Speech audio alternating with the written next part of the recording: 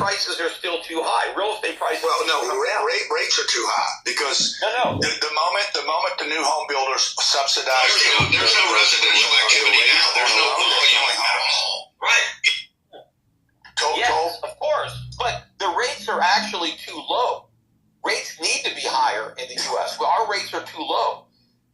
So the real problem is that real estate prices are too high. I love these conversations with you, by the way, man.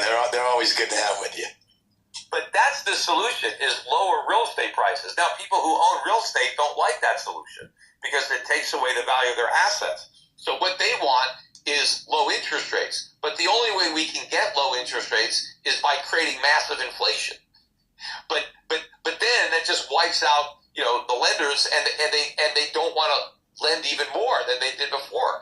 And so you end up with just the government. But we can't have a housing market where the government is supplying all the credit and doing it by creating inflation. I mean, then you have hyperinflation. That's going to be problems are so painful that nobody wants to allow them. So the problems just get bigger and bigger, which means the solutions become more and more painful, which is why we end up with hyperinflation, which is more painful than any of the solutions. Also, everyone overlooks that real estate was the best investment from 1945 to perhaps 2000, but since 2000, it's been a dog. Well, I mean, what made real estate a good investment was the debt. It was the mortgages that you were able to take out. The lower interest rates, that's what made it a good investment. Yeah. But a lot of real estate people forget, a lot of people buy something called a teardown.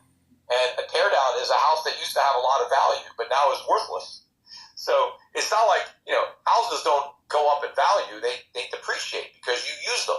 They wear out. A lot of real estate people forget. You have to spend a lot of money. I own this house in Connecticut. I spend so much money on that house every year. I mean, it's a massive money pit to maintain that house. Just the grounds, the gardening. I just had to redo the pool just to fix it. It's costing me more to fix the pool than it cost me to install loss it. in my life has been my house, purchased in 2002. The only real estate I've made money on is here in Puerto Rico, and that's because it's insane here. I don't know if Grant knows about what happened here, but maybe the real estate in my community has gone up like 7-8 fold since I bought. So that's kind of a crazy, situation having to do with supply and demand. But it just shows you that, if you own the right real estate, it can go way up. But I haven't sold my real estate, so who the hell knows? I'm just living in it. I just know that I could sell it for a lot more than I paid.